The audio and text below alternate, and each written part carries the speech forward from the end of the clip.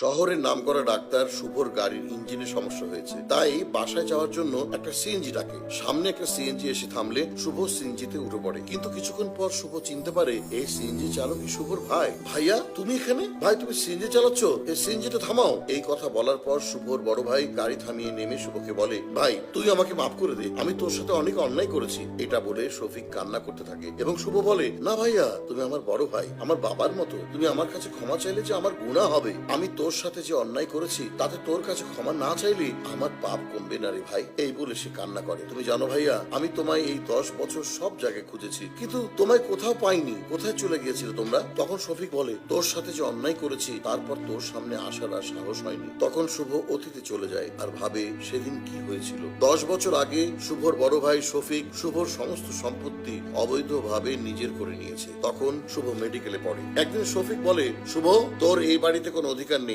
বাবার যা যা ছিল সব এখন আমার নামে, তাই তুই এখন এই বাসা ছেড়ে চলে যাবি। ভাইয়া আমি এখন কোথায় যাব? আর তুমি এমন করছো কেন? তুই কোথায় যাবি সেটা তোর ব্যাপার, কিন্তু তোকে আর আমি এখানে রাখবো না, এখনই আমার বাসা ছেড়ে চলে যা। এই বলে শুভকে বাসা থেকে বের করে দেয়। দেখো ভাইয়া, যা হওয়ার তা 10 বছর আগে হয়ে গেছে। তুমি আমার ভাই আর এটাই আমার কাছে অনেক কিছু। তোর সাথে সেদিন অন্যায় করার পর হয়তো আমি জিতে গিয়েছিলাম, কিন্তু আল্লাহ আমাকে ছাড় দেননি। তার কিছু বছর পর আমি ব্যবসায় লস খাই আর আজ আমার এই অবস্থা। তোর সাথে অন্যায় করার ফল পাচ্ছি আমি এখন। তুই আমায় মাফ করে দে ভাই। এমন বলে না ভাইয়া, আমি ওসব ভুলে গেছি আর তুমিও ভুলে যাও। এসব টাকা পয়সা আসবে যাবে, কিন্তু রক্তের সম্পর্ক, ভাইয়ের সম্পর্ক কখনো নষ্ট হয় না। আর সম্পত্তির থেকেও সম্পর্কের দাম আমার কাছে অনেক বেশি। তাই পুরনো সব কথা ভুলে যাও। আজ থেকে তোমরা আমার সাথে থাকবে, এটাই শেষ কথা। আমি সম্পত্তির লোভে নিজেদের সম্পর্ক ভুলে গিয়ে অমানুষ হয়ে গেছিলাম। পরে যখন বুঝতে পেরেছি তখন আর কিছু করার ছিল না। আমি জানতাম তুই এইখানকার নাম করা ডাক্তার, তাই তোকে দেখার জন্য এইখানে আসি। তুই যখন গাড়িতে করে যাস